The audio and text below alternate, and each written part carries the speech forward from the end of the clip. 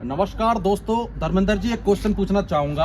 एक student abroad आता है एमबीबीएस करने के लिए, कितनी तरीके की प्लानिंग होती है, कितने लोगों से कांटेक्ट करता है, कैसे कैसे पैसे की व्यवस्था करता है। स्टूडेंट जो है मोस्टली आता है 4 या 5 उसके नीट में ड्रॉप हो जाते हैं। आप कईयों को जानते भी होंगे, हमारे भी बैच में है, जूनियर भी हैं। इसके अलावा 5 या 6 साल की एमबीबीएस हो गई और कम से कम 1 साल तो उसको लगी जाती है एफएमजी क्रैक करने में एक एवरेज स्टूडेंट को। फिर 3 साल की इंटर्नशिप, तो अपन कैलकुलेट करें 4-5 साल नीट के, 5 लगभग 12-13 साल हो गए। 13 साल वो एमबीबीएस करके निकलेगा। आप क्या सोचते हो उसका क्या फ्यूचर है, पहली बात जबकि इंसान की उम्र 60 साल है। पहले तो मैं इस नियम की कड़े शब्दों में निंदा करता हूँ। क्योंकि एक घर वाले अपने बच्चों को भेजते हैं कि बाहर जाके एमबीबीएस करके आएगा बच्चा और 1 साल इंटर्नशिप करने के बाद वो सेटल है उसकी लाइफ। अब ये 3 साल का और ऐड करने के बाद बहुत सारे बच्चे हैं जो एजेड हैं, 4-4 साल 5-5 साल नीट की प्रिपरेशन करने के बाद आए हैं, उनका तो कैरियर एक तरह से ख़त्म है, क्योंकि उनकी तो एज लिमिट एक तरह से ऊपर पहुंच रही है। तो ये नियम सरासर गलत है और ये नाइंसाफ़ी हो रही है सीधे सीधे। जो बाहर एमबीबीएस अब्रॉड में जहाँ भी कजाकिस्तान किर्गिस्तान में पढ़ रहे हैं बच्चे, उनके साथ सबके साथ भेदभाव हो रहा है। ऐसी बात नहीं है कि यहाँ के बच्चे मेहनत नहीं करते, सभी जगह सभी तरह के बच्चे होते हैं, नॉर्मल भी, एवरेज भी, इंटेलिजेंट भी। यहाँ पे भी हैं, यहाँ के बच्चे बहुत मेहनत करते हैं, पीजी की तैयारी करते हैं, वो स्टार्टिंग से ही उस हिसाब से प्रिपरेशन करते हैं ताकि उनका पीजी में सिलेक्शन हो जाए। इंडिया में भी बच्चे हैं, कुछ अच्छे भी होते हैं, कुछ ख़राब भी होते हैं। कई सारे बच्चे जो पैसे देकर वो इंडिया में मेडिकल कॉलेज लेते हैं, डोनेशन से करते हैं, क्या वो उनके वो सही है क्या?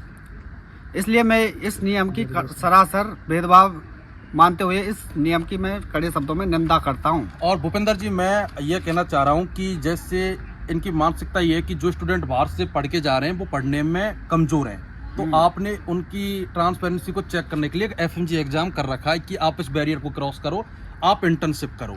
तो इसका मतलब जो स्टूडेंट उस एग्जाम को क्लियर नहीं कर पा रहा है वो उंगली नहीं उठा रहा, उसने एक्सेप्ट कर लिया, समाज ने एक्सेप्ट कर लिया, पढ़ने वाला नहीं है। जिसने एग्जाम क्रैक कर लिया इसका मतलब उसमें कहीं ना कहीं टैलेंट है।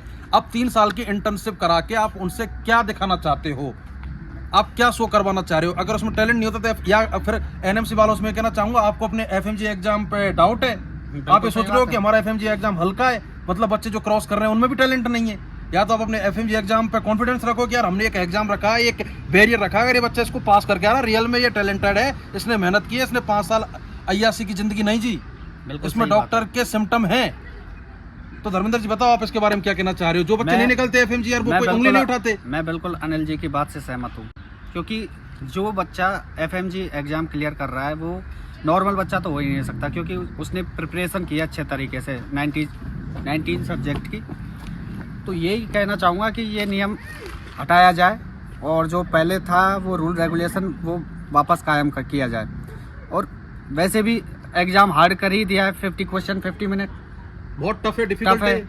अगर नॉर्मल बच्चा, तो अगर बच्चा अच्छा नहीं है तो उसकी वैसे भी नहीं कर पाएगा वो एग्ज़ाम। तो अच्छे बच्चे हैं वही पास आउट करेंगे।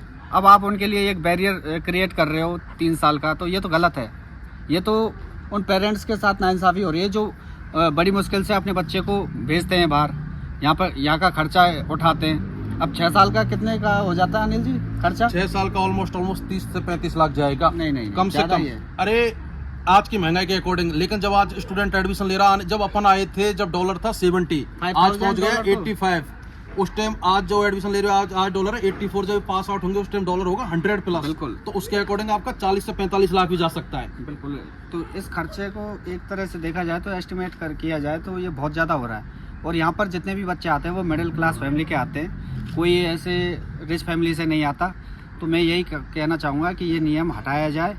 और जो पेरेंट्स उम्मीद लगा के बैठे हुए हैं, एक तरह से ये नाइंसाफ़ी हो रही है बच्चों के साथ में, और ख़ासकर उनके साथ में नाइंसाफ़ी हो रही है जो पहले से नीट की प्रिपरेशन की है, 4 साल उन्होंने तैयारी की है, उसके बाद वो यहाँ पे तैयारी कर रहा है, 12 साल अपने कैरियर की एक मेडिकल लाइन में खपा रहा है, और उसके बाद वो पीजी भी करेगा।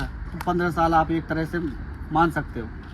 तो फिर वो कब वो सेटल होगा, कब कमाएगा, वो कब अपने पेरेंट्स की उम्मीदों पर खड़ा होगा? तो ये सरासर गलत है। मैं बस इतना कहना चाहूँगा, ये नियम हटाया जाए। तो दोस्तों, आपको अच्छा लगा होगा, धर्मेंद्र जी आज मिले, ये अभी 5th ईयर में, और कहीं ना कहीं ये जो रूल्स आए हैं इससे हम सबको नुकसान हो रहा है, और जो आने वाले जूनियर्स हैं ये जो कोरोना के बाद जिनके एडमिशन हुए थे अब्रॉड में उनको बहुत ज़्यादा इफेक्ट कर रहा है और ये बहुत गलत है। इस पर एनएमसी को विचार करना चाहिए, कोई ऐसा रूल्स लेके आए जो स्टूडेंट्स के हित में हो, क्योंकि आप सबका जो बोर्ड बनाया गया है स्टूडेंट के हित को मद्देनजर रखते हुए बनाया गया, तभी एमसीआई को डिसमिस करके एनएमसी लेके आए। जितने भी छात्र संघ हैं या जितने भी स्टूडेंट हैं उनके लिए प्रॉफिटेबल काम हो और उनके हित को और उनको कैरियर को आगे बढ़ाए, इसलिए इस बोर्ड का गठन किया गया। अगर आप इस तरीके की हरकतें करोगे तो ये बर्दाश्त से बाहर मैं तो रहेगा। ये कहना चाहूँगा कि एक पर्टिकुलर कम्युनिटी को टारगेट ना किया जाए कि एफएमजी स्टूडेंट जो हैं उनको टारगेट कर रहे हो आप। इंडियन आईएमजीज को भी करो आप, उनसे उनके लिए भी रूल निकालो। एफएमजी स्टूडेंट है वो भी मेहनत करते हैं बेचारे, वो आते हैं गरीब फैमिली से आते हैं, अपने 5 साल देते हैं वो।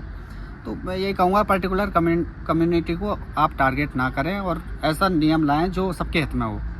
पर ये नियम गलत है, आपको भी पता है, सबको पता है ये नियम आया है, सभी दुखी हैं इस टाइम, तो हटाया जाए ये नियम, मेरी ये दरखास्त है। तो दोस्तों धर्मेंद्र जी आज आए, आपको इनका मत अच्छा लगा होगा। आने वाले समय में ऐसे ही किसी महानुभाव के साथ में वीडियो लेके आऊंगा जो अपना ओपिनियन रखेगा। आज के लिए इतना ही। जय हिंद, वंदे मातरम।